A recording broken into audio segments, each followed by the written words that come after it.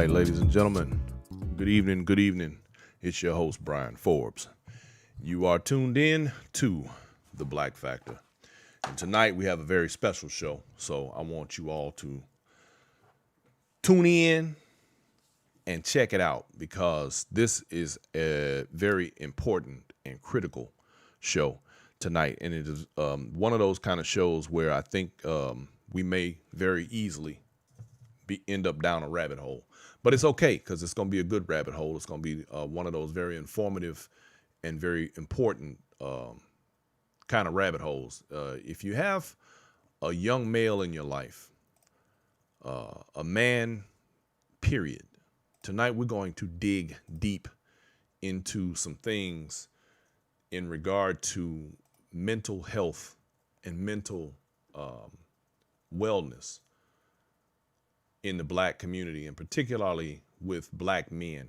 It's a very important topic because this is something that doesn't get dealt with on a regular basis because of all of the stigmas and everything else that kind of goes with the way people feel about people who potentially have mental illness and people who potentially, are dealing with some things in life. I mean, we all have a lot to deal with, and that's the thing about it. And it becomes a matter of where does the line get crossed? Where does the line stop? Where it no longer is about our regular everyday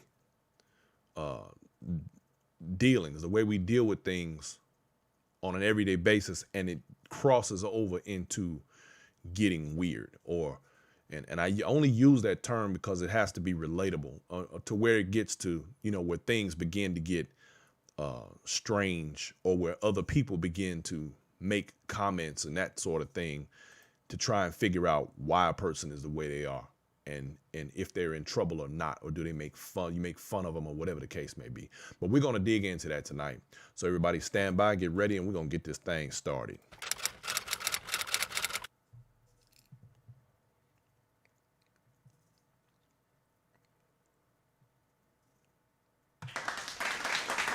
All right. We have a special guest coming on tonight. You all are going to thoroughly enjoy her and the things that she has to say, and I believe it's going to be an extremely informative show. And I suggest that you share this live. You make sure that other people are able to check into this thing, because it's going to be one of them kind of shows on this Friday evening, coming up on these holidays, especially because y'all know holiday time is when people really get into their feelings, and we're going to deal with a lot of stuff. Now, before I get into that, right quick though, everybody knows that they're dealing with this vaccine situation, and apparently Moderna is now getting approval for their vaccine. And one strange little tidbit, I think with the Pfizer vaccine, they're saying that if you take it, it doesn't mean you won't catch it, but the symptoms are supposed to be lessened. Now, with the Moderna vaccine, they're saying if you take it, you're supposed to avoid getting the virus at all. But they're saying that they've had reports of a few of the people who have taken the Pfizer vaccine come down with a case of Bell's palsy. That's sort of a paralyzing type thing where you get muscle paralyzation. It's kind of weird, but that's happened, and then a few adverse reactions. And that's not to say that people shouldn't take it. Again, I'm not telling anybody what to do. Y'all know I've already gone over that. You do what you feel you must do for yourself. That's necessary. But also just be mindful of, all of this stuff being so new, and we still have a lot to deal with in regard to trying to figure out what's what and what's for who. So just keep that in the back of your mind while you're dealing with all of that sort of thing. Also, right quick, I just ran across this a few moments ago, and I want to show it to y'all because I think it's kind of interesting. Now, I want you to pay attention right quick before I start the video.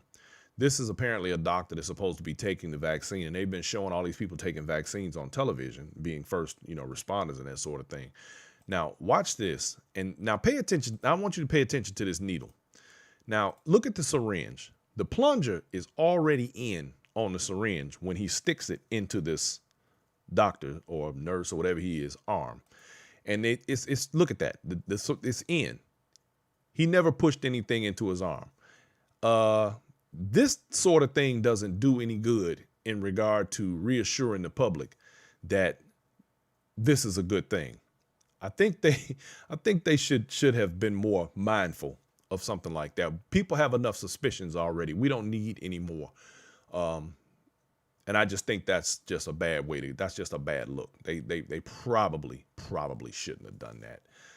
But who am I? What am I going to say about it? And what do I know? I don't know. I don't know nothing. All I know is what I know. Anyway, so tonight we have on our show a young lady who is going to bring to us some very important and critical information in regard to her journey into mental health and, in fact, suicide. And I want to, at this time, introduce you all to my friend Sandra.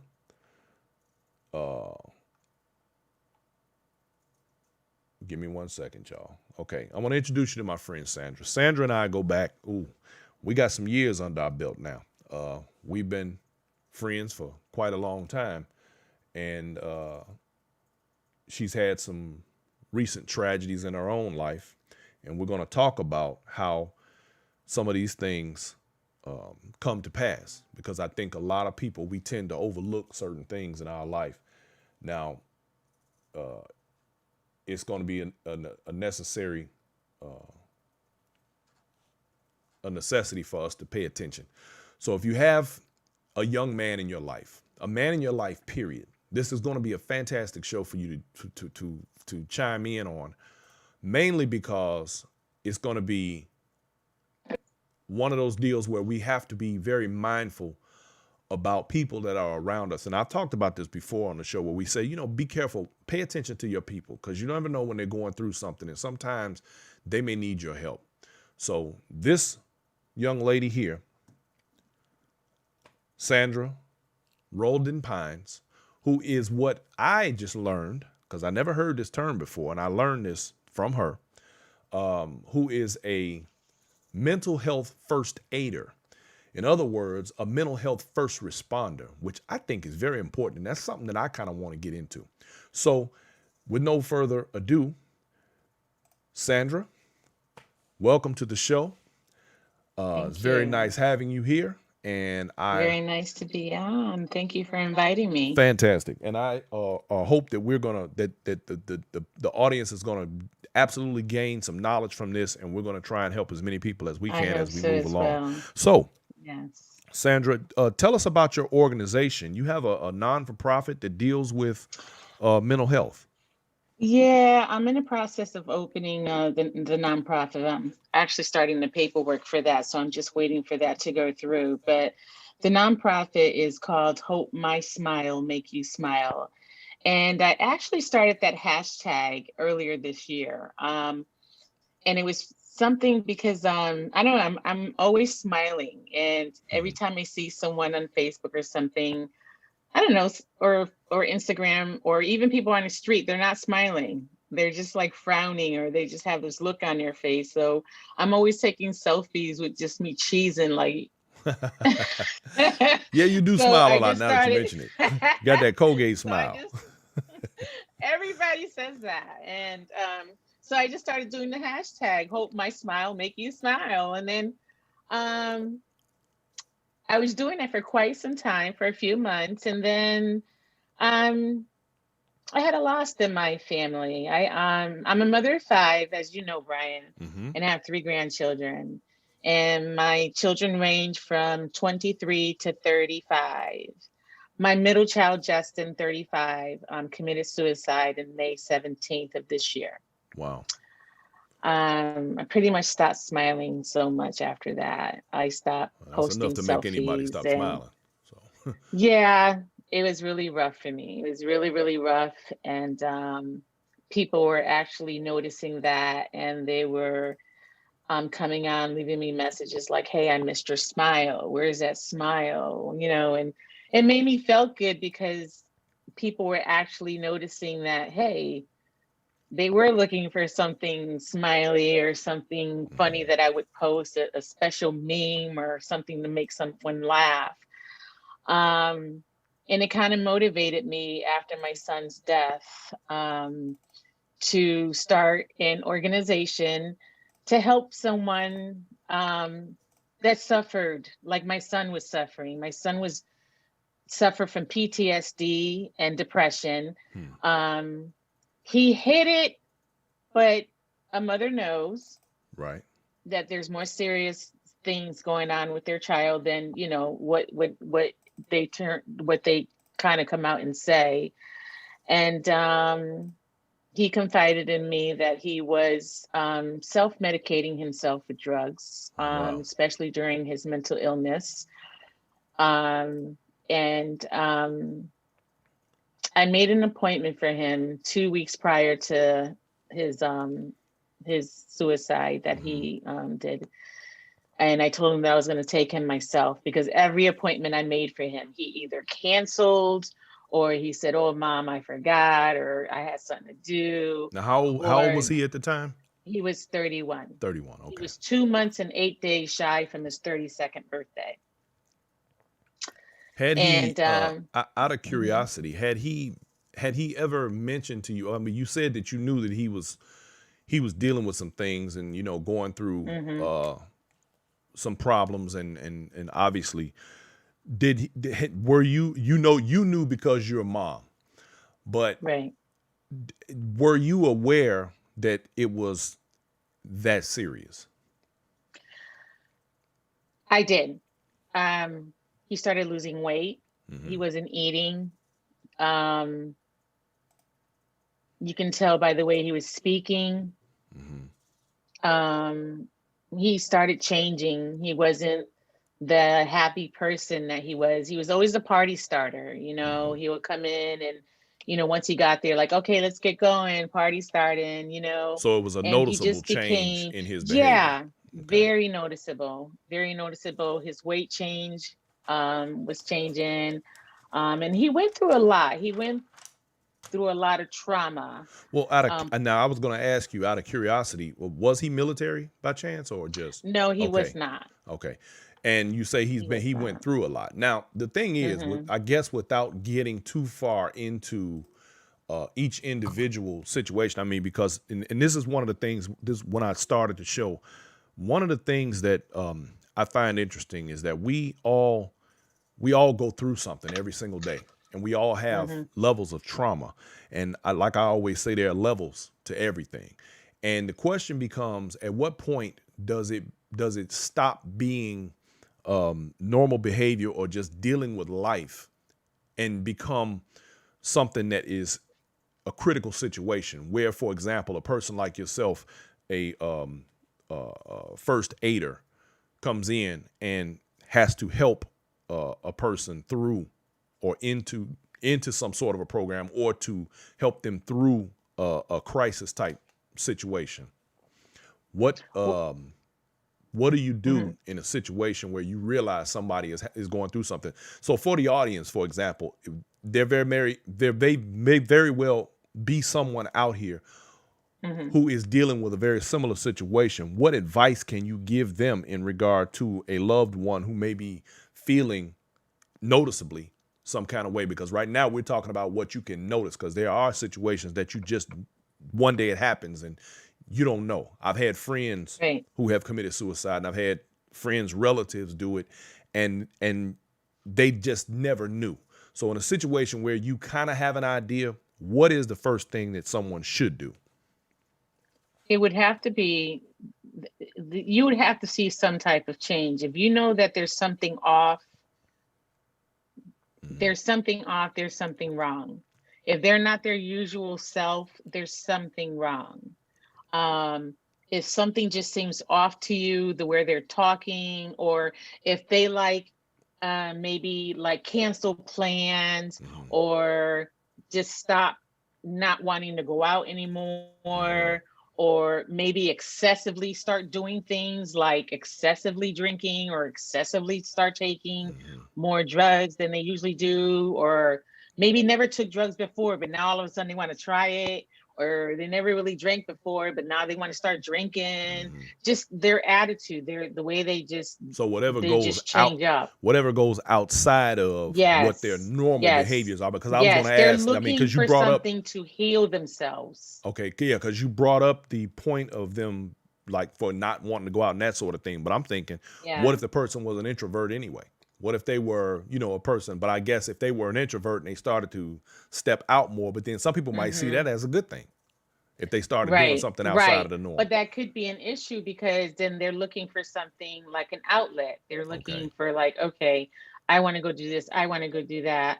But they're actually, to me, that's like showing signs of I need something to heal what I'm going through. So they're trying something different. Well, you know what? And I'm kind of glad you brought that up. It reminded me of something, a conversation that I had with a friend of mine many years ago. We were talking about young women, for example, and he made it a point.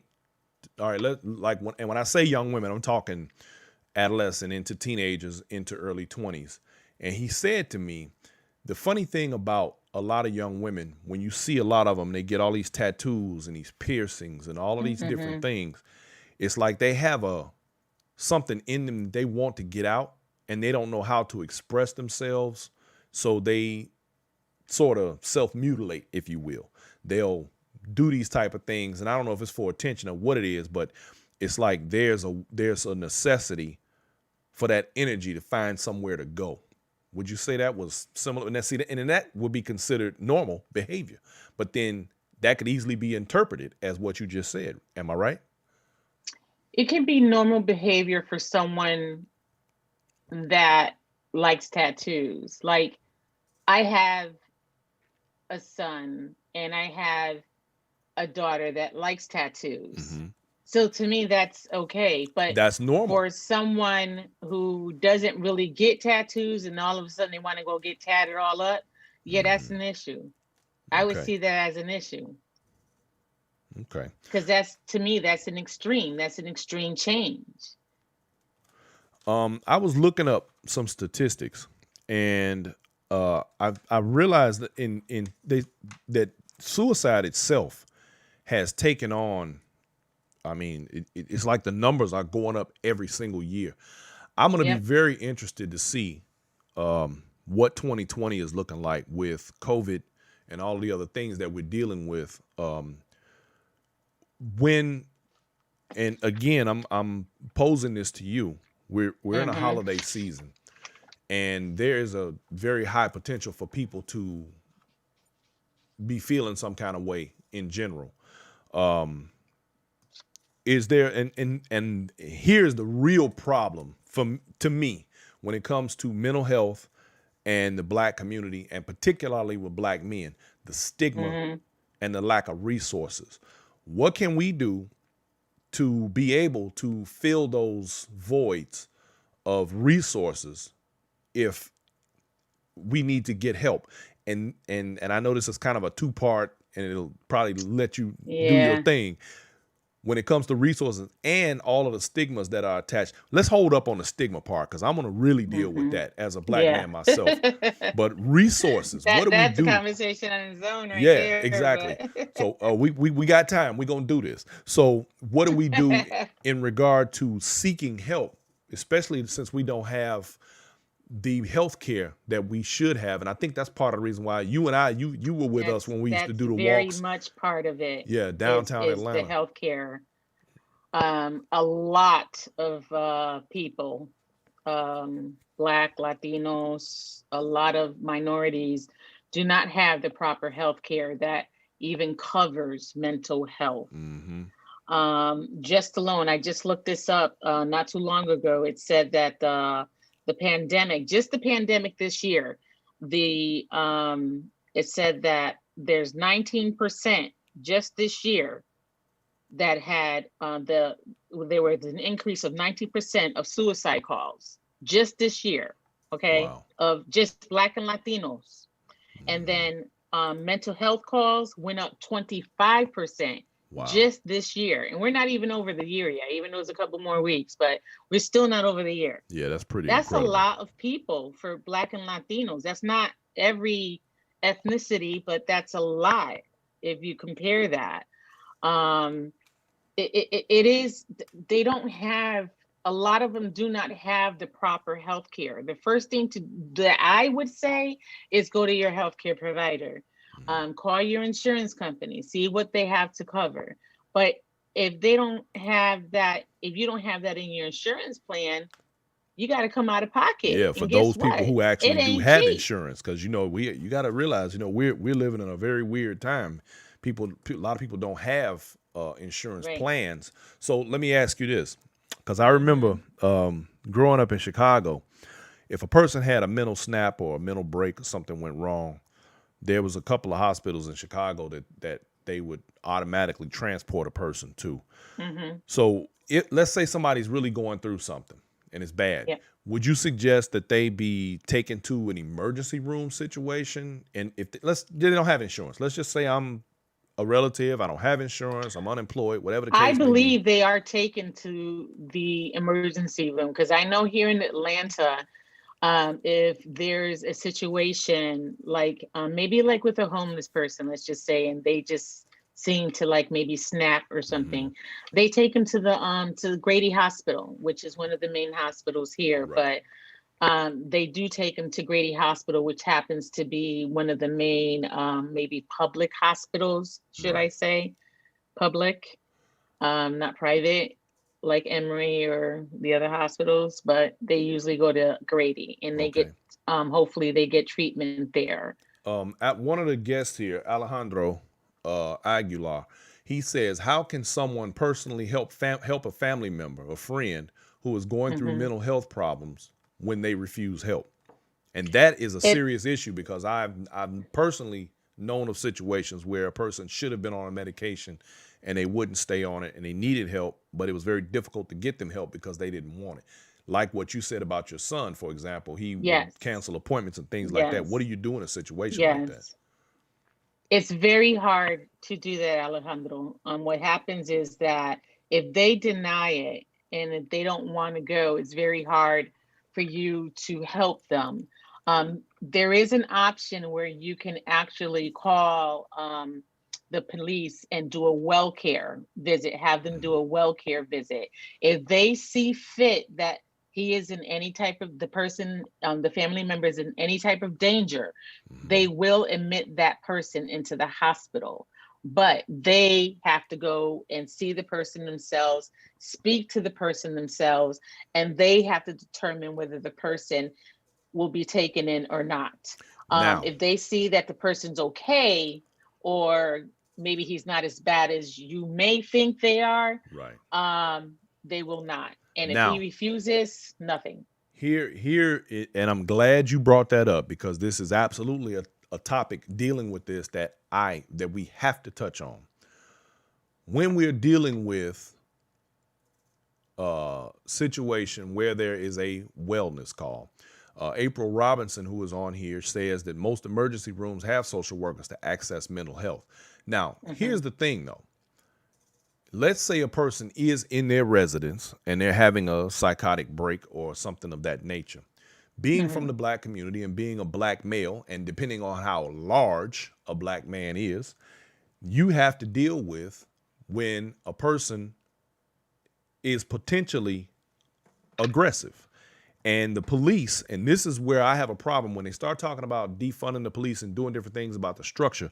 I think that it becomes very necessary for police, when they get these sorts of calls, to have the resources to have a person like yourself, a first aider, an Hmm. individual who is familiar with these sorts of situations, to come into those things. I think that, and this goes, we're going to get into the stigma part of it. I think that it becomes very risky for black people to call authorities, police, in these situations on wellness checks for their loved ones, with the potential of them becoming murdered at the hands of untrained police officers in these arenas. What do you think about that? Well, funny you say that. In some counties here in Georgia, they actually have first aiders that go with police officer to those Hmm. calls. It's not in all counties, but there are certain counties that they do the first aid, mental health first aiders do go to police officers on those special calls. Yeah, that Um, needs to be a national. Somebody needs to make yeah, sure that I that gets put definitely into agree. place. I agree with that. Yeah, It does need across to be the nationally. It needs to be in every city, every town. It needs to be because how many they're videos more have we seen? trained, right? And the words that we use is definitely different than what a police is going to be Hmm. what going to be saying to you, you know. And we're less threatening than a police Obviously. officer. Yeah. So So yeah, you know, obviously that. So let's talk about now. I'm gonna speak myself as a black male, having had my own trials and tribulations in life, and I am fortunate that I have a spouse who makes it clear that in times when I'm not feeling myself, that most of what I'm dealing with, or the depression or whatever the case may be, is usually situational. There are people who have chronic depression. I think that it becomes a bit difficult when the suggestion of a therapist or any of that sort of thing, not for me. I mean, if I felt like I needed therapy, but see, there I go again. If I felt like I needed therapy, the question becomes, even the people, most people, even though they may be gone off the ranch a little bit, need therapy, but will say the same thing that I'm saying right now, if I thought I needed it. So does that fall back into the arena of a person on the outside saying you need help, but you saying, no, I don't need, I don't need help. I'm cool. And then they turn around and they don't get the help. What are we dealing with here? we're dealing with a lot of people, a lot of especially males that say that. Um, they say that, I mean, I get that a lot, especially like from my son, especially. Um, the stigma of talking about their mental health being a sign, they think is a sign of weakness. And Hmm. this, and for me, this goes back to like when they were kids, little kids, Right. like when they were little boys or even little girls, but mainly little boys. Like if they fell or something happened or someone hit them or they got into a fight, Hmm. they would be told like, oh, don't be crying, man up, you're a boy, and you, come on, you're a man up. So they, from that time on, they feel like they can't show their emotions. They can't Right. cry.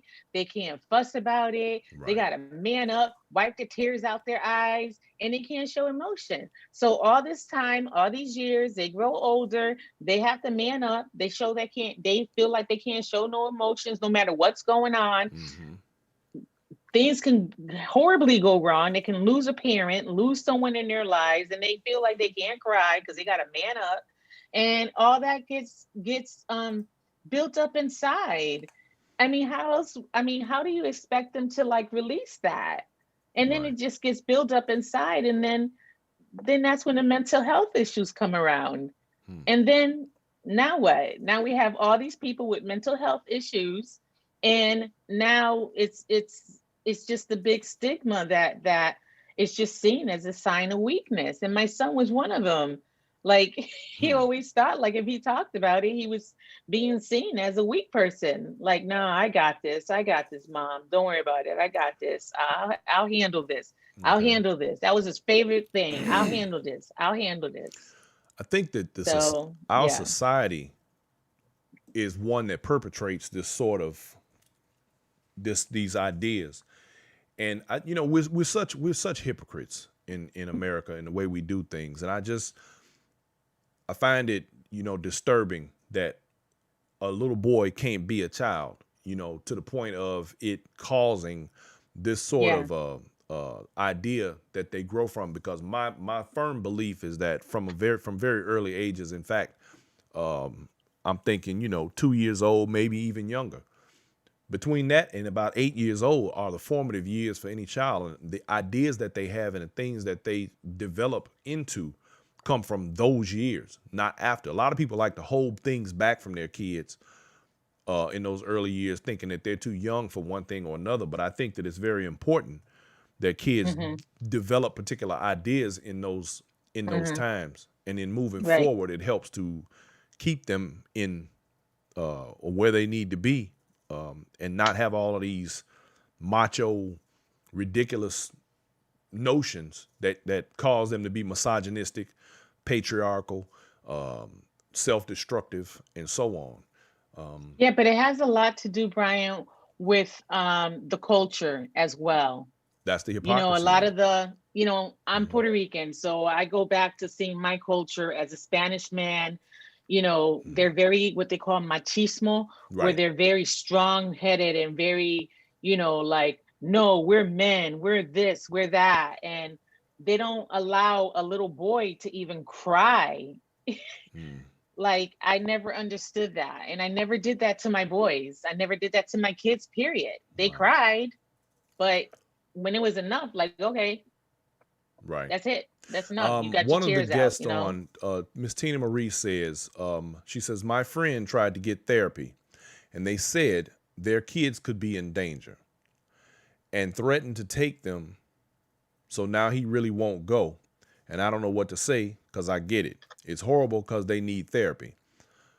The system, the hypocrisy in the system again. What is a person like that? What can they do?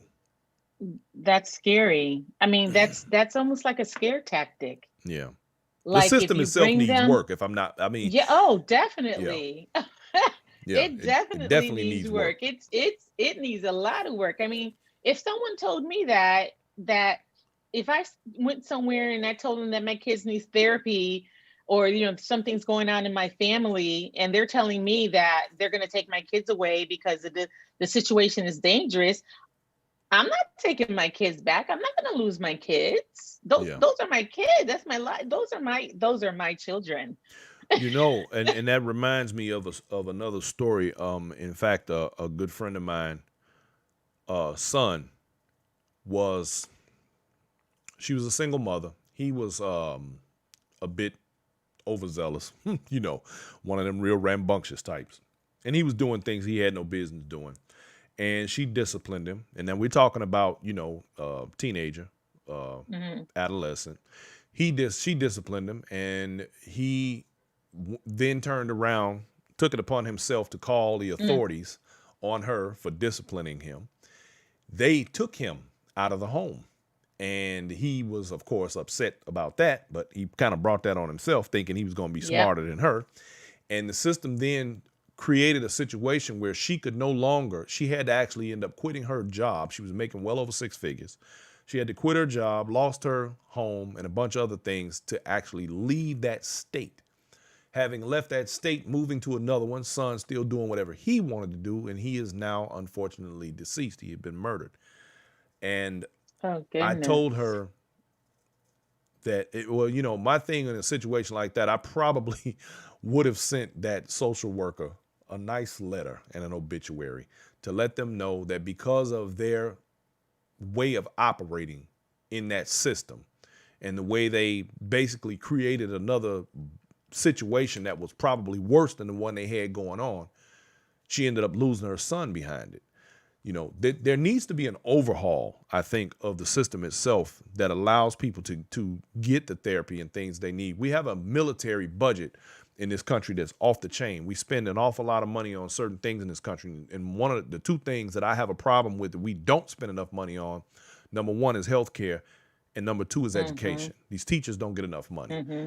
They have a lot to I deal with agree. because all of these things that we're talking about today on this show, where our kids' mental well-being is concerned, these teachers have to deal with when they're not at home with us.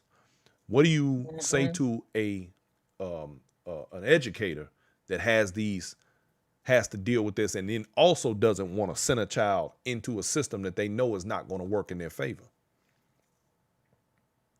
That's kind of hard to say. It really, really is hard to say Oh, I'm because gonna it's ask the really hard depending questions now. on. I know it's just depending on the situation, and depending it's really case by case situation when it comes to that, depending on the child, and depending on the situation that they're in at home. Hmm. If I was that teacher, I would probably look into it a little bit more before I even call a social worker. Right.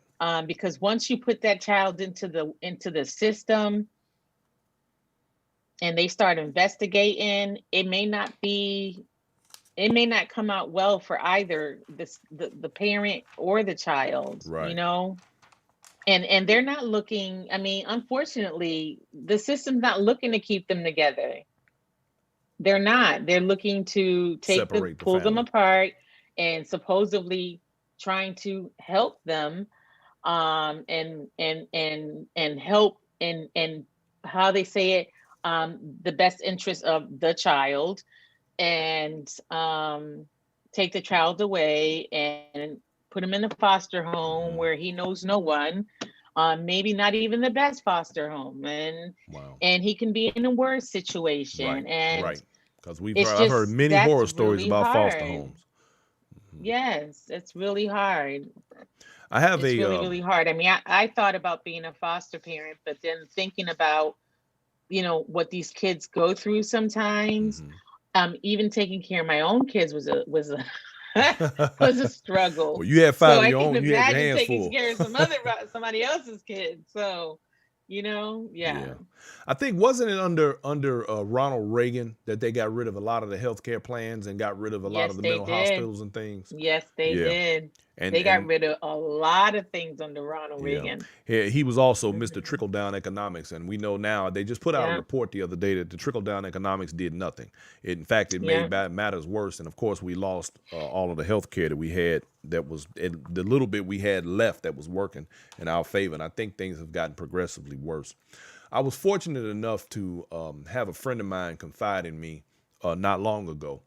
And he told me some things that I did not realize. And this goes back to why it's so important as friends, family, and the people we love. It's why it's so important for us to take our time and pay attention to the people around us that we love. And because this guy, really good friend of mine, back when we were in high school, me and him and a few of the other guys, we were real heavy into drag racing and doing, building our cars and doing our thing, right? hmm Well, to me, this guy always came off as being brilliant. He was a very smart dude. He was just, to me, when it came to understanding the inner workings of a motor, for example, or building certain things. And he was a Ford guy, I was a Chevy guy, so of course we used to have that big argument. Well, he told me one day within the last year, as a matter of fact, he said, "Hey, you know, I have dyslexia, right?" And I said, "Well, no, I never knew that. I would have never in a million years guessed that." He made it through school, no problems, but he struggled a lot.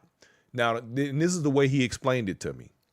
He said, "You remember how we used to all be out in the garage and we'd be working on cars and we get to talking numbers and we get to talking times and do, different things with the way the cars would perform."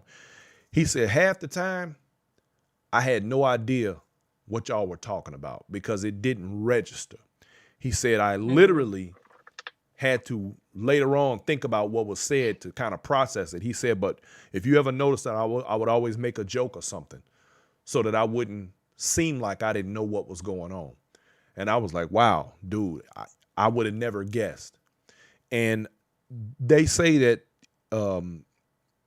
if you think that mental health is an issue, the real issue is pretending that you don't have a problem. That's even more troublesome for them than anything. And I think Right. he went through uh, the exhaustion Yeah. of dealing with a level of mental health that nobody was aware of. And this is why, and I mean, at that age, of course, we ain't doctors, number one, but number two, we don't know what to do about something like that. But I'm saying this to say Right. that sometimes these things are right under your nose and you don't know it. And this is why we have to be paying attention to our people. So, Yeah. uh, Yeah. Sometimes we're saying, by piggyback on that, um, especially like with kids, they don't really know what they're feeling sometimes.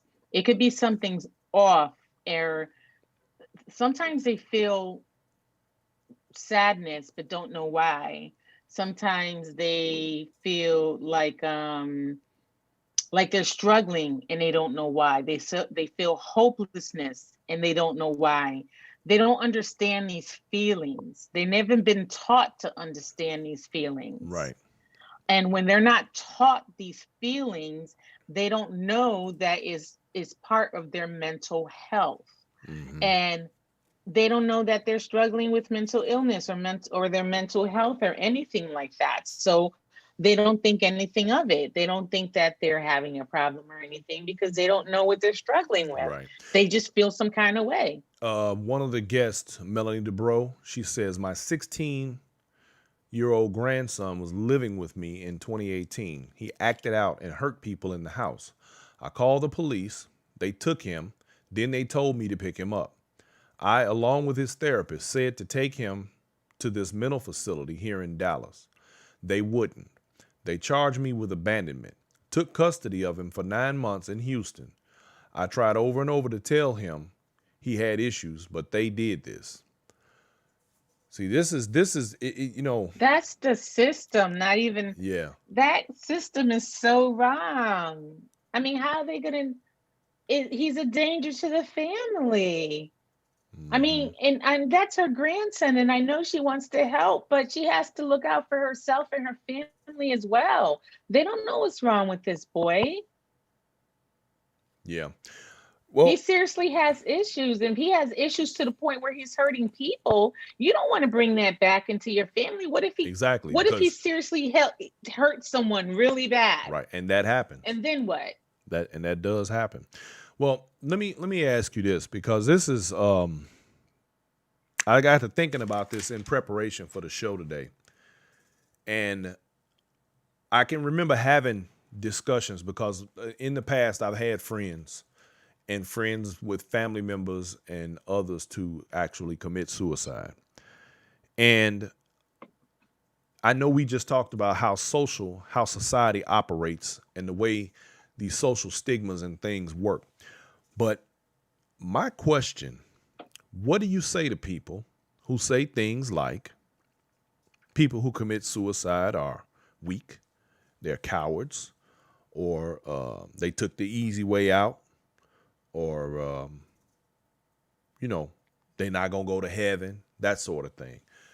What do we do about the stigma of that sort of thing? Do you think that I mean, of course, it doesn't help, but do you think that adds to the part of what our problem is, where we can't get the help we need?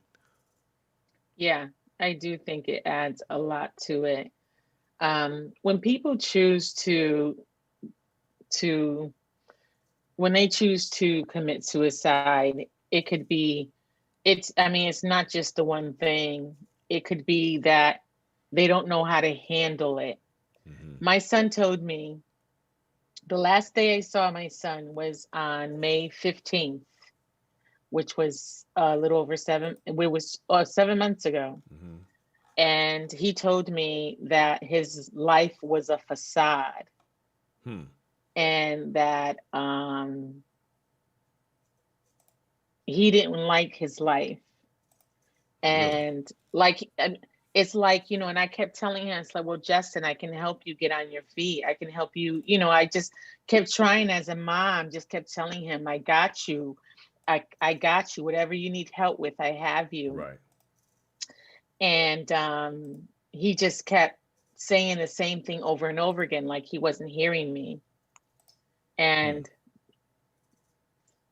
it just, he just, I think he felt, and now I can't tell you what exactly because he didn't tell me this out of his mouth, Hmm. but I think he felt that was his only way out. Like he had no way out. Hmm. Like he was tired of living his life as being a facade or a fake or just done living the way he was living and couldn't get out of it. And when you feel stuck somewhere and you feel that you can't reverse it or clean it up, you don't have no other way to go Hmm. but out. And One, that's how I feel about that. yeah, one of the guests, April Robinson, who is in fact a mental health professional, good friend of mine. She says mental health is a disease and should be treated as such. Yes. Yeah, and I'm, funny thing about this show, I'm starting to realize how bad a situation this really is. I mean, you know, I, you know that there are issues with people and the things that we deal with on a daily, but it becomes what appears to me to be somewhat of a hopeless situation. Are there, I'm sure are there more organizations, or should there be more organizations? Do somebody need to start more organizations that allow for people to be put in better situations, the therapy groups or whatever the case may be? There has to be something that people can do in order to help one another through these types of situations. There's therapy. There's organizations out there. They would have to look in your community or called like your there's like resources in your community or your Hmm. town or city that they have that you can go and check to see what they have for mental health Hmm. resources. Um, but a lot of the places there is a charge for it, or you have to have insurance. Again, we go back to that. Back to the financial side. Um, exactly. And there's now I know that there's what do you call those groups that they meet Hmm. like maybe once a week, once every couple weeks. Hmm. But there's just support groups. That's all they are. It's just support groups. They're not there. They're not professional.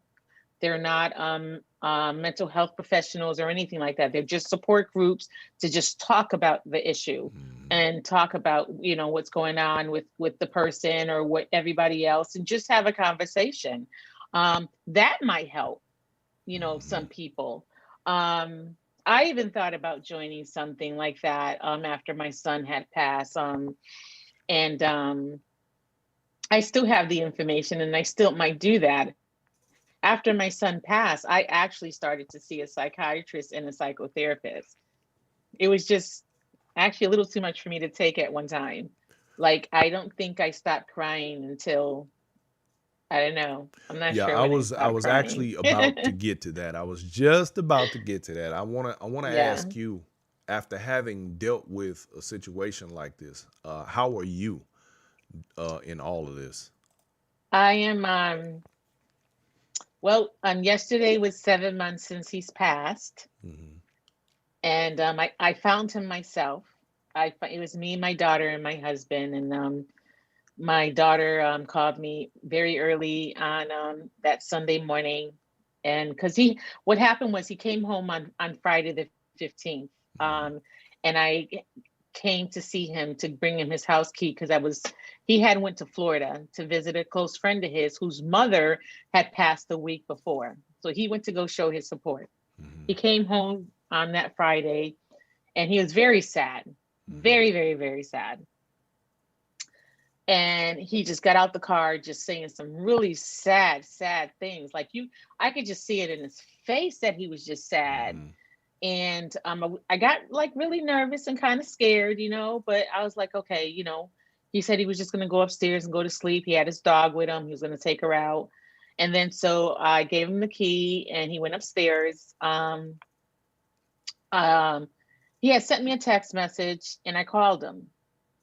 And I was like, Justin, what's going on? You okay? He was like, then that's when he was telling me about, his life being a facade and he doesn't like his life and he wants to change. He doesn't want to do this anymore and this, that, whatever. And I'm like, Justin, I can help you. Justin, I really need you to just take a rest now. He drove now, I mind you, from Eustis, Florida to Georgia, downtown Hmm. Atlanta. And I told him, I said, listen, just don't take nothing. Don't take no drugs, no nothing. Just go to sleep. He said, no, it's too late for that, Mom. And I'm like, oh my God, Justin, can you just go lay down? And he Hmm. says, I will. So we hung up. Then he sends me this strange text message. And it said something about he was sorry. and some other stuff to the text. And I haven't been able to see the text again because Hmm. I'm not really ready to see it again. Right. And he sends me a link to this song by The Weeknd called The Final Lullaby, which I have not heard Wow. and I will not hear. Right. I'm not ready for that either. Huh. I Um, can only imagine. and that just scared me. And I called him again, and he says that he's okay, but he sounded very, very sluggish. And he said that he was, he was fine, that he was going to go to bed. I said, okay, please just go to sleep. I'll call you in the morning, Justin. Hmm. Okay, so the morning comes, I'm calling him, nothing, texting him, nothing. So usually, yeah, this is not unusual because sometimes he'll sleep in. And my daughter usually, calls him too, and she's like, "Mommy, he's not answering." I said, "I know. Well, maybe he just slept in. He just drove from Florida. He's probably tired. You let him sleep, and then he'll call us when he gets up." So all day Saturday, we're trying to reach him, and I'm texting him like, "Please, just call me." So Saturday went by, and then Sunday morning around 6 o'clock, my daughter calls me and says she couldn't sleep. I couldn't sleep either. Something just inside me, I couldn't sleep. So I answered the phone.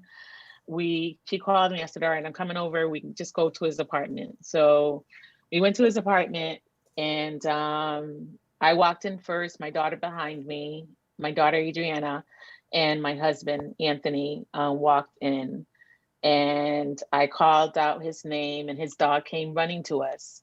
Hmm. And I walked a little closer, and then I looked down and I saw his feet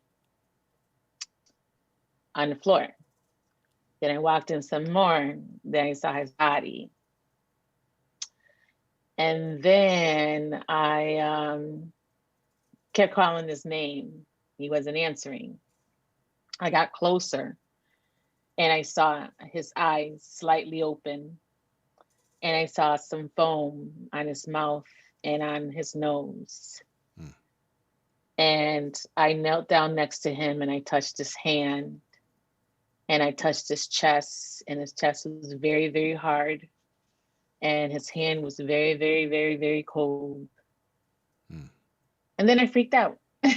Wow. I freaked out after that. Me and my daughter were just screaming. And thank God my husband was there because I don't know.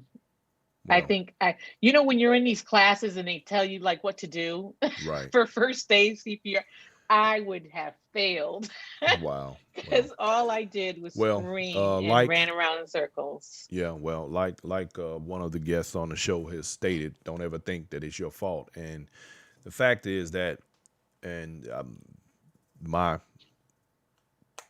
prayers for you for strength and healing are all there. And I can't imagine what it would be like to deal with something like that. And needless to say, that that I mean, I don't know what to say. That's just something that I can't even imagine it. And Yeah. so moving I felt a forward. lot of emotions there. I felt sad.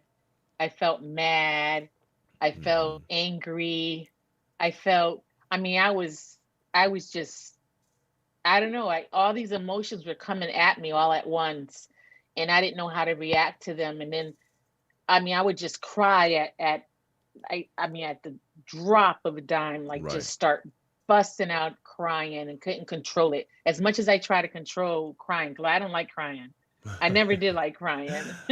Well, I think I But think I I couldn't think it's stop it. okay in this case. Yeah, I I know, think but it's all right. I And just I couldn't think stop it takes it. time to heal and deal with these things. April Robinson on the show, she says stages of grief, and then yeah, there are going to Yeah, be a plethora of emotions that you're going to deal with that we yeah, all would deal with in a situation like that. April Robinson also says the most important question you need to ask is if someone is thinking about hurting themselves. If they say yes, hmm, ask if they have a yeah, plan. People right, will tell you. And I do yeah, think that people do cry out for help. And I think some cries are louder than others. And I think that if you, I probably agree with her. Like I said, I'm not a doctor. I don't know anything about this clinically. I, I would venture to say, based on the behaviors that I've ever seen or things that I know, people do make cries for help and for one way or the other. And I think it's kind of like the same way people deal with relationships and other things. Other people are letting you know without Mm-hmm. verbally saying anything where they are, and it's up to us to pay attention to the people around us. I think in our I think in some level, to some degree, we've lost our levels of humanity in recent decades, and we're not nearly as focused, or we pay attention to our families the way we used to the people around us the way we used to, and a lot of things, because so many things have become okay. You know, stuff that used to not be okay is now okay. Nobody It's now raises an okay. eyebrow. Yeah. Right. Yeah, so that's yet another Yeah. one of those things, and I think that right now, especially since we're dealing with these holidays and this sort of thing, this is also a time where, you know, it's very important to pay attention to the people around you. Now, the Right. last part of this that I want to get into is where we deal with, because we talked about earlier, from, you know, the kids being from a young age, Mm-hmm. how things begin to happen. I suggest to my audience, I believe I've mentioned this before, there is a book called Kill Them Before They Grow by a gentleman by the name of Michael Yes. Porter. I ordered that. Thank Good. you. I can't wait for it And to come in. yes, that book, I think, touches on some of the areas that create the sort of stigma, the sort of Mm-hmm. disconnect that allows young black men in particular to get caught up in this system to the degree that they are not addressed properly because of the stigmas that come with Mm-hmm. young black boys who Yep. are active, having ADD, supposedly having ADD, and a few other diagnoses that they come up with, which then puts them in a medicated state, which also increases their likelihood of entering into a prison system earlier. There's a whole process that takes place here. And I think that I'm going to go out on a limb and say that it could also lead to the sort of mental health issues that would create suicidal thoughts. There's some, at some point, we have to get a better handle on these things in society. The name of your organization, give it to us one more time. Tell us about your organization and Okay. what your intent is and what we need to do to support you. Sure. It's called Hope My Smile Make You Smile. So it's not plural. So it's just Hope My Smile Make, without an S, You Smile. Okay, what is And I'm on Instagram. I'm on Facebook on Project Smile with Me. I'm sorry, Projects Smile with Me. Yes. And I'm on Twitter as well. But what it is that Let me see. I am trying to start this organization where I can connect with people who need help with um, research or having people that are having problems with their mental illness or having it not even meant I shouldn't even say mental illness if they're having problems trying to figure out certain issues that's going on in their heads, any problems that they're having problems with, thinking about suicide, um, having problems with drugs. As a mental first aider, what we do is that we try to identify people having issues with the mental illness and using drugs with the mental illness to medicate themselves, Self medicate. and yeah, to self-medicate themselves. And in January I'm going to be starting a grief counseling training, so I can also put that in there as well. So I'll be more apt to be giving more knowledge to people about talking to them about grief, and um, to talk to parents or to talk to whoever, who has lost a loved one, or to talk to people who are thinking about suicide, are having issues with mental illness and don't know which direction to go, um, helping them find resources. With my organization, I'm trying to raise funds to help them get the medical care that they need, because they obviously it's not free, Obviously. and I need to find and kind of collaborate with certain medical agencies out there that will help, and maybe do the half price thing, or maybe do one or two visits for free or something like that. And Mhm. that's what I'm working on now, is for that to happen. And I'm doing that here in Georgia, but I would like to actually expand that all over the place, all over the United States, because it's happening everywhere. I mean, I have people on my Instagram all over the place, in Australia and Costa Rica. I Hmm. mean, every place they're hitting me up, and Yeah, I'm this like, this is not wow, a, yeah, we so definitely, first of it's, all, we're not yes, monolithic, and it definitely applies across the no, board. So yeah, it's it absolutely a necessity. is. Let me It ask you, really, in really regard is. to your son, had Hmm. he been previously diagnosed with anything specifically, or was this just a situation where No, he wouldn't deal with it? nope, he wasn't diagnosed with anything, and honestly, he wasn't even. Things just kind of trickled little by little, where he started to kind of fall into, certain situations started happening where he started to feel more and more depressed. Okay. Relationships, um, certain situations that happened where he was involved in a shooting. Mm, Not him. He wasn't the one shooting, but he was involved. He was in a place where there was shooting. mm. A lot of that really kind of got to him, and I noticed that because the more he got into situations of that sort, like um, he just seemed to be more closed off, and all of a sudden he just started buying all these guns, Oh, like all these guns. Like he had, I can't even tell you how many guns he had. okay. And it Uh, was just him. And I know he was doing that because I guess, I don't know, maybe for protection, of course, but um it all had to do with paranoia. He hmm. was just paranoid, and Well, he now, was anxious, since and you mentioned that, that he very easily, very well could have been in a paranoid schizophrenic scenario yeah, as well, since he hadn't been diagnosed. And I yeah, can tell you, I know people who are dealing with that, and it is a very, very rough situation. And that paranoia does cause that sort of behavior, and that is also one of those signs, like we were talking about earlier, of yes, to things to pay attention to, that sudden change in behaviors and yeah, things.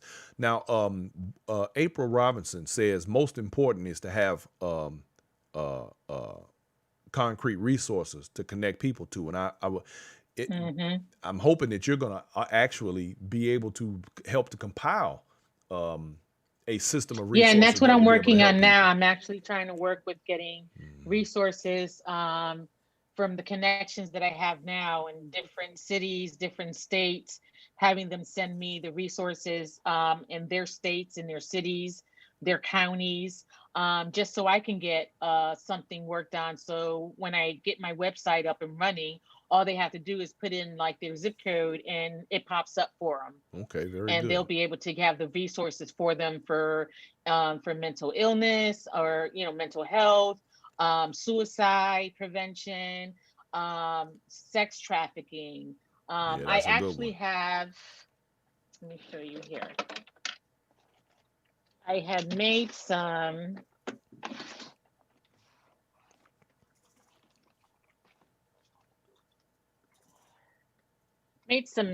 cards actually. Okay. I'm not sure if you can see it too good. So I had made some cards. Oh, let me show you the front side.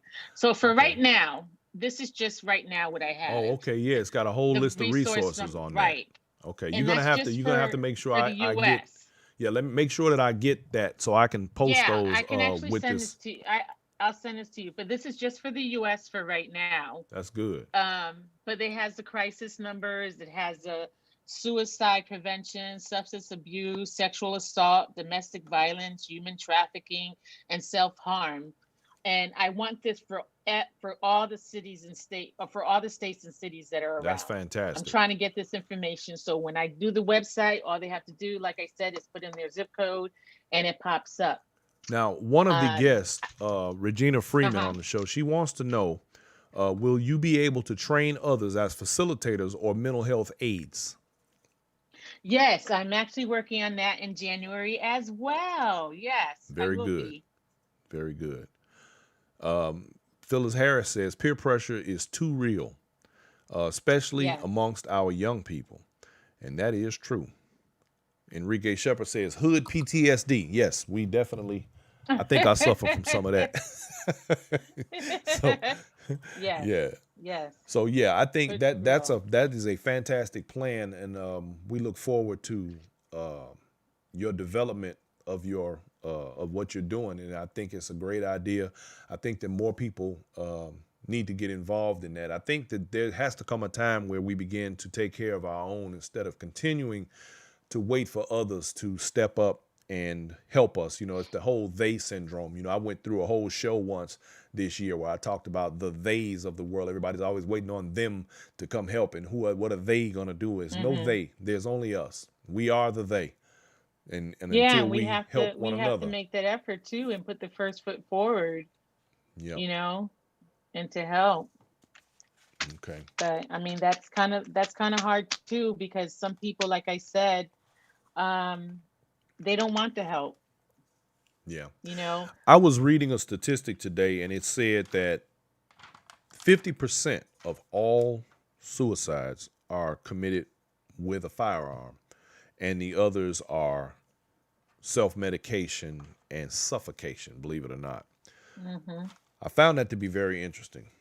And what is even more interesting, in, for example, your son's case, you say he was buying all these guns as a form of paranoia, but Hmm. obviously he self medicated, right? Yes, Okay. sir. Yeah. And I think as a society, we tend not to pay attention to what the important points of the potential for suicide and other mental illness situations are. And I think that people don't understand, you know, there's a whole list. You know, you have trauma, abuse, depression, anxiety, self-esteem issues, fear, panic, Hmm. phobias, you know, post-traumatic stresses, depression, sadness, you know, eating disorders, for example. You know, and all of these things play into the ultimate of mental health issues, and that being suicide. So, Yes. yeah. And Phyllis It Harris can says all some people lead don't to know they need. that. Go ahead. I was just saying it all leads to that. It can Yep. all lead to just that one thing, that suicide. They don't know how to handle it, how to get out of it, um, how to escape from it, how to get help from it. And sometimes they don't want to talk about it. They're too embarrassed to. Um, so they just handle it themselves. Yeah. Well, I'll be honest with you. I think I don't know about my audience, and I don't know if it's supposed to go this way, but I think now after this show, I have more questions than I have answers. I just, I'm, I'm, is that how this is not how it's supposed to work, right? Um, Enrique Shepard says had a friend go to the hospital for help with suicidal thoughts. They handcuffed him and transported him to another facility. After about a week, they allowed him to be released to his lady. He said it felt like he went to jail and will never ask for help again. Now it's his lady's problem, unfortunately, driving her nuts, trying to help keep him right. You know what? I'm glad Why that you would they mentioned that. handcuff him? Well, again, back to the system. And I'm glad that he mentioned this. And the reason I'm glad that he mentioned this is because also, in as much as we as loved ones want to help our loved ones, and I have had to say this before in other situations, I'm not a doctor. Now, and I'll give you an example. You know how you especially on social media, you see situations where women post these memes and they talk about a man that's supposed to help fix a broken woman. She been through a lot and he's supposed to be there for her and all of this. I'm quick to tell people, I'm not a doctor. That's not an issue for me to be trying to solve for people to have to fix themselves. Now, that also could be considered some level of mental illness to the point of the trauma that these women may have gone through. But Right. in that same vein, I think that we have to then be very careful about how much, because I believe it was Alejandro on here earlier who asked, what do we do to try and help a loved one to get through these situations? And the fact of the matter is, there is only so much that we can do, because one thing we have to always remember is that we cannot expect for individuals in our circle to always be thinking the way that we do. I think one of the mistakes that people make humanly is that we expect for other people to share the level of common sense or whatever our idea of what the right thing to do is. And oftentimes everybody doesn't have that same level of understanding. So with that, at what point do we have to say, you know what, I can't do this? Because everybody's not equipped and everybody is not capable of understanding the clinical side of this to the Right. point of being able to actually help someone. You could be there and hold a hand or whatever the case may be, but how far do you go before it becomes necessary to actually assist someone in such a critical situation?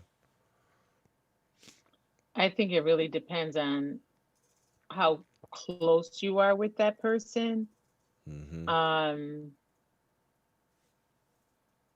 and that again would be a case by case Right. situation. It would have to be, it depends on how good you know the person, how close you know the person, um, what type of relationship you have with this person. Mm-hmm. It really, really depends. I would do it for a family member, or well, I shouldn't say that. Let me back that up. Sorry, family. I would do it for a close family member. My children, of course, close family members, close friends, but like an associate or something, if they're having issues, I will give them advice or maybe find some resources for them. Mm-hmm. But as to go any further than that, they really would have to do the legwork themselves to find out. And like I said, I would probably help them, find the resources. And this is me not being a mental first aider. This Right. is just me being a plain Jane, just, Now I know of a person who has a son who hmm had been diagnosed with schizophrenia, and this is where I'm going to go with this. She admitted to me that she was in denial for a very long time. Now, what happens as a family member when you realize that someone in your family does have a problem, but and you finally realize it after it's gotten way worse. I mean, I don't even know where I'm going with this, hmm but my point is, there was a situation that she had to deal with it, and it finally came to a head where she actually was forced into dealing with it. What happens in the family, and of course, like you said, depending on how close you are to the person, we're talking about her own son, hmm and she realized that even hmm she couldn't deal with that. So, do you think that people need to deal with these things, not just take a person and say, well, we got to go get you help and send them off somewhere, but as a family deal with therapy or whatever the case may be? Do you think they should do that collectively? I think they should do it collectively. That mother needs help as well. Absolutely. What she's doing is putting herself and her son in danger. Mm, She should have been um, sent her son for some help. hmm. I think she didn't do so. She probably saw some signs before, and she probably didn't go because, again, the stigma Right. of what people would say or think about her son or her. Hmm. And and then all of a sudden it just got out of hand, and then now all of a sudden, oh, he has a problem. I think it needs to be done, like you said, collectively. Both of them would actually, I would feel, would need help, Mhm. because that actually would stem off the mental illness. She probably has some of that herself because of what she denied her son from getting help from. Right. And I You think know, then yeah, and that suffering that from goes that back to that stigma. yeah, that absolutely goes back to what just the whole part about dealing with all of it as a family and as a whole, and it there are levels to mental Hmm. illness, mental health, Hmm. It whichever is. one you choose to use. I think that's a wide spectrum, but there's levels to dealing with this. And again, and this is the question I think that I'm going to have for some time, and it's going to be relative to society, because I personally believe that there are very few people who don't have some level of damage, mental illness within themselves. And at what point, and I think, do we decide that it's only an issue when it begins to affect you in ways where it's affecting the people around you? Or, where do we draw that line? Where's the line in the sand that says your mental illness is too much for everybody else? That's the question. That that should be, mental illness should be actually picked up very early. I mean, like the beginning stages, and that's only to help the person and to help the family or whoever it is that they're with. Um, that should be actually detected very early and be dealt with early, only so the symptoms aren't so bad. And when you detect it earlier in the earlier stages, um, it's easier to help them. um, as for when you wait to a later time and they've already been through so much, and Hmm. then now the stigma's really in there, it's a lot harder to help someone like that. It really is. It gets a lot harder to help someone when it's already been some time that went by, when it could have already been maybe addressed months or maybe even years ago. We have a guest on. Brain Doctor 2020 says stages of grief include disbelief, anger, depression, acceptance, and resolution. The Hmm. grieving person will fluctuate between these stages many times, but healing may simply mean one has learned how to deal with the loss. Many people use their faith rituals or a special gathering in remembrance of the loved one. Sorry I joined Hmm. late and was unable to share a few experiences. I agree with them. And she said that I we're think I we're just all learned to oh, to this deal is with the this is loss. I see who this is a person who has been dealing with these issues for decades. I just realized who this is. This is my friend. This is a doctor here. This is Joanne. That's my buddy right there. Hey Joanne, look, I gotta give her a shout out. She jumped in. Yeah, she's a who's who in mental health. Okay. She says we're now entering the highest period of suicide and major depression until the Hmm. spring. Thank you, Joanne, for tuning in. I am so happy that you did. I'm glad you got my message. Thank you, thank you, thank you. So, okay, you said no. Okay. So anyway, I think that we are in a very precarious time, like my friend said, Miss Joanne there, and yeah, so we family wise, I think we all this like I said again, I'm at a point in the show here where I have more questions than we've been able to answer.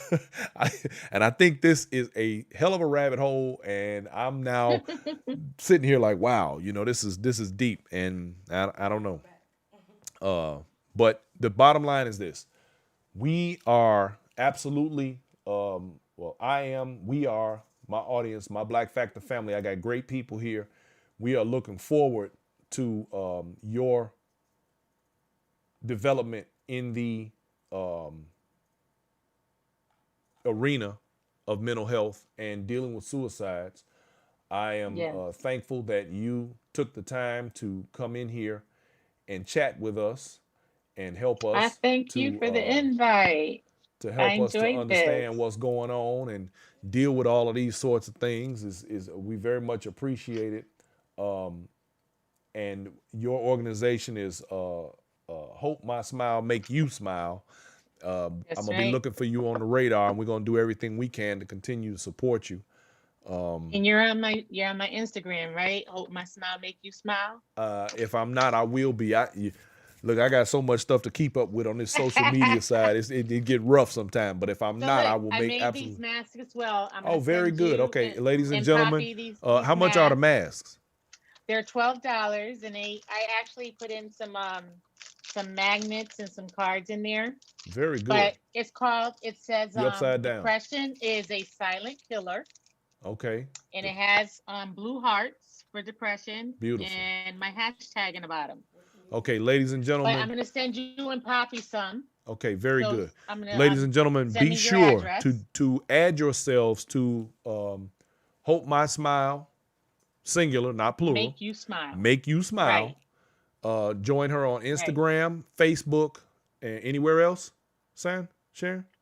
Yeah, those two for now. I'm on Twitter, but I need to Okay. really get going on Twitter. Join that. And if you want to support her and her organization and what she's trying to do, you all order a mask. They're $12.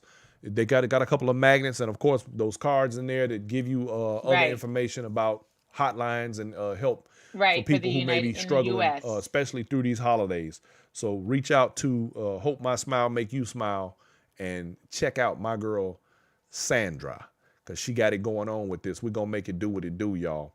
So Thank you, Sandra, Brian. I very much appreciate you. Thank you for coming on. And Thank you. I look forward to us having another conversation in the near future.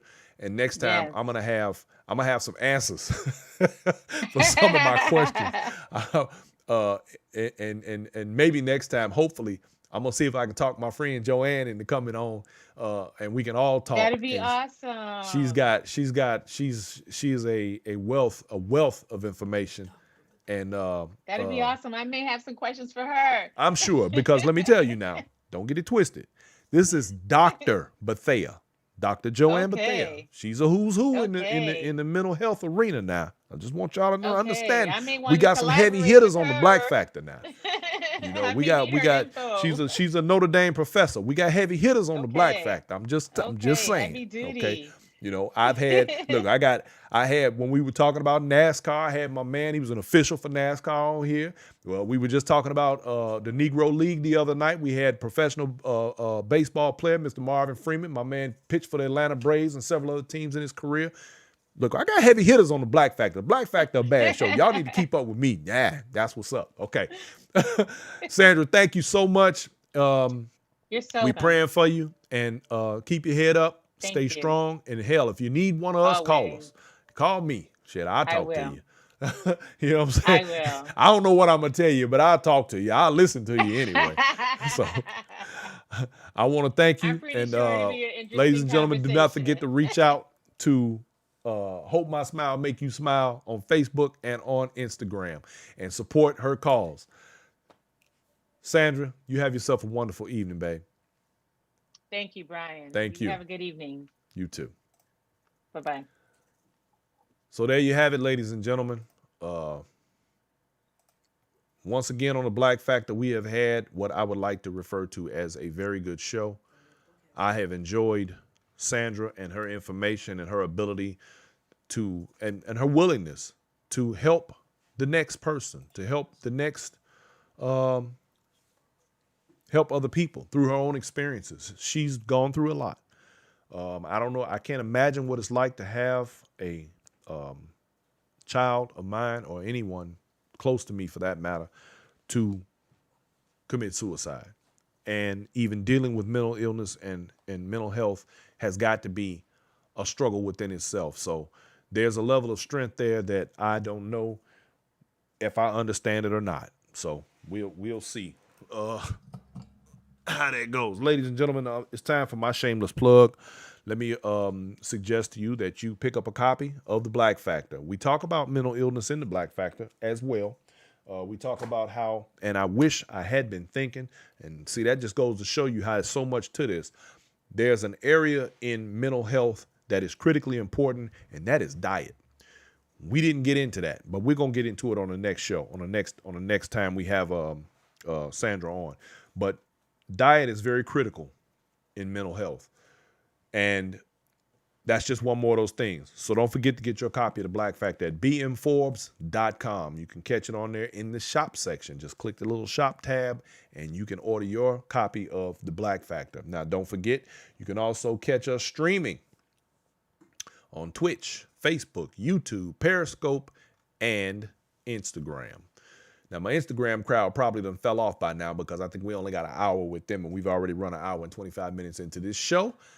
So things happen, and it's okay because we'll repost the show up at a later time after a little bit of editing, and we'll get it done, and we'll make sure that crowd gets to continue to watch the show. But you can always catch it on replay at YouTube or Periscope or Twitch. It's always up. And don't forget that we are now podcast ready. You can catch us on podcast. You want to ride in your car and listen? You don't have to watch the show. You can listen to the show. You can catch us on Spotify, Amazon, Apple iTunes, and Stitcher. All at The Black Factor. So, ladies and gentlemen, I want to say thank you all for tuning in. I love y'all, my Black Factor family, man. Y'all support me, and I appreciate every bit of it. Thank you so much. Don't forget to share this live. Don't forget to hit your notification button so that when the show comes up, it'll pop right up on your timeline or wherever you're at. It'll come up on your phone, and you'll know to tune in and catch some of this liveness that we got going on over here on The Black Factor. Like I said, y'all are my heavy hitters. I got heavy hitters on The Black Factor. Y'all all up in here. We deep. We deep up in here, y'all. So I want to say thank you to everyone. We appreciate you. Thank you for hanging with us. Love, peace, and chicken grease, y'all. We gone.